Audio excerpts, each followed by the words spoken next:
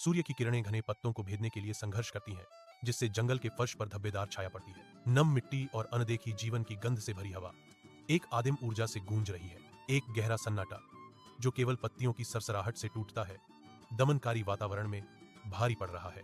अचानक पेड़ों के बीच से गांव के जीवन की हल्की गूंज सुनाई देती है, जो जंगल के क्षेत्र में एक कर्कश घुसपैठ है। जंगल का किनारा, एक ऐसी सीमा जहां रहस्य और एक बेचैन करने वाला डर मिलते हैं, मंद रोशनी में चमकता है। एक विशाल गुफा का प्रवेश द्वार जो एक अखंड चट्टान में खुदा हुआ है, ऊबड़ खाबड़ परिदृश्य पर एक अशुभ छाया डालता है। विकृत मुड़ी हुई चट्टानें गुफा के मुहाने को सजाती हैं, जिससे इसे एक भयावह और रहस्यमय रूप मिलता है। गुफा की अदृश्य गहराइयों से एक धीमी गूंजती हुई आवाज आने से हवा में एक बेचैन करने वाली उपस्थिति घनी हो जाती है। भयानक गूंज भयानक माहौल को गहरा करती है, जो गुफा के मुहाने के भीतर भूले हुए रहस्यों का संकेत देती है। गांव की चौपाल में एक तनावपूर्ण ऊर्जा का संचार होता है, क्योंकि ग्रामीण इकट्ठा होते हैं।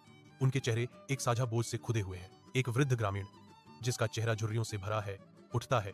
उसकी आवाज कर्कश घोषणा करती है। उसकी आंखों में एक भयंकर नफरत जल रही है, एक ऐसी भावना जो इकट्ठी भीड़ के खामोश गंभीर चेहरों में भी झलकती है। सांप हमारे दुश्मन हैं, उन्हें देखते ही मार देना चाहिए, वह घोषणा करता है। उसके शब्द हवा में गूंजते हैं। ग्रामीणों के बीच गंभीर सहमति की लहर दौड़ जाती है। उनकी सहमति एक मौन, शक्तिशाली पुष्टि है। रेंगने वाले जीवों के प्रति सामूहिक भय और शत्रुता उन्हें एक भयावह एकता में बांधती है। जंगल के भीतर अर्जुन, एक छोटा लड़का, अपनी कुल्हाड़ी के लयब्ध झूले में खोया हुआ लयब्ध तरीके से लकड़ी काटता है। अपनी गहरी यात्रा से अनजान, वह घने पन्ने जैसे जंगल में और आगे बढ़ता है। प्रत्येक झूला उसे और गहरा ले जाता है। अचानक एक बड़ी काली नागिन के सामने आने पर एक भयावह फुफकार हवा में गूंजती है। उसकी खाल अशुभ रूप से चमक रही है। चौंककर अर्जुन सहजता से जंगल के फर्श से एक पत्थर उठा लेता है।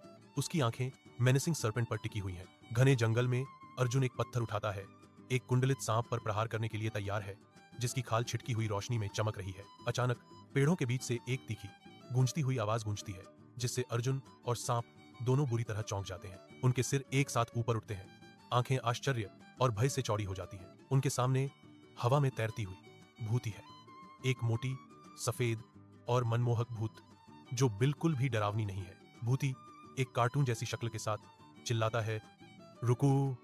उसकी आवाज जंगल में गूंज रही है। घने जंगल में भूताही के होंठ शरारती मुस्कान में मुड़ जाते हैं, क्योंकि वह अर्जुन और कुंडली मारे चौकन्ने सांप को संबोधित करता है। अर्जुन के चेहरे पर गुस्से का भाव है। घने पत्तों की पृष्ठभूमि में उसका रोष स्पष्ट दिख रहा है। भूताही की मुस्कान जानबूझकर है जब वह पूछता है, तुम दोनों क्यों लड़ते हो?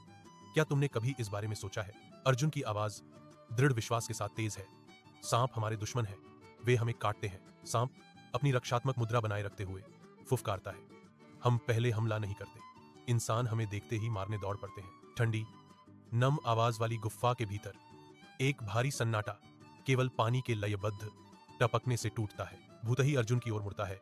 उसकी आंखों में शरारत भरी चमक है। जबकि अर्जुन चारों ओर देखता है, एक बेचैनी महसूस कर रहा है। भूतही ने अर्जुन को चुनौती दी, जोर से बोलो, सांप बुरे हैं। अर्जुन एक घूंट के साथ दोहराता है, सांप बुरे हैं। शब्द गुफा में कई गुना गूंजते हैं, बुरे हैं, बुरे हैं, बुरे हैं, जिससे अर्जुन चकित रह जाता है। इको केव में भूताही अपनी तीव्र दृष्टि सांप पर टिका देती है। उसकी आंखें एक अनकहे आदेश से जल रही हैं। उसकी सम्मोहक निगाहों में फंसकर सांप थोड़ा कुंडली मारने लगता है। उसकी खाल मंद रोशनी में चमक रही है। भूतही की आवाज गूंजती है, अब तुम बोलो, इंसान दुश्मन है। शब्द प्राचीन गुफा में गूंजते हैं। सांप मानो विवश होकर दोहराता है, मनुष्य दुश्मन है। उसकी अपनी आवाज गूंजती है और फुसफुसाहट में बदल जाती है। मंद रोशनी वाली इको गुफा में पानी के टपकने की लयबद्ध ध्वनि एक भयावह, लगभग सम्मोहक साउंड ट्रैक बनाती है। भूताही बड़े पैमाने पर हाव भाव करती है। उसकी आवाज गुफा की खुरदरी दीवारों से गूंजती है। अर्जुन और सर्प एक तनावपूर्ण मौन दृष्टि में बंद खड़े हैं। हवा अनकहे संघर्ष से भरी हुई है। भूतही की आवाज गूंजती है, देखा, जो भी तुम कहते हो वही आवाज लौटकर आती है। वह आगे कहती है, यह गुफा आपके विचारों जैसी है। यदि आप एक दूसरे को दुश्मन मानेंगे तो केवल दुश्मनी ही वापस आएगी। उसके शब्द हवा में लटके हुए हैं। एक गहरा सच, अगर आप दोस्ती के बारे में सोचते हैं तो दोस्ती वापस आएगी। ठंडी नम इको गुफा में अर्जुन की धीमी फुसफुसाहट एक गूंजते हुए कोरस में बदल जाती है। सांप हमारे दोस्त हैं। एक चिकनी चट्टान पर करीने से लिपटा हुआ एक सांप मुस्कुराता हुआ प्रतीत होता है। उसकी निगाहें अर्जुन पर टिकी है। गुफा की गूंज भावना को गले लगाती है, दोहराती है, दोस्त हैं, दोस्त हैं। सांप फुफकारते हुए बोलता है। उसकी आवाज गूंजती है, मनुष्य हमारे साथी हैं। अर्जुन मुस्कुराता है। उसके चेहरे पर एक कोमल गर्माहट फैल जाती है, क्योंकि वह सावधानी से एक पत्थर रखता है।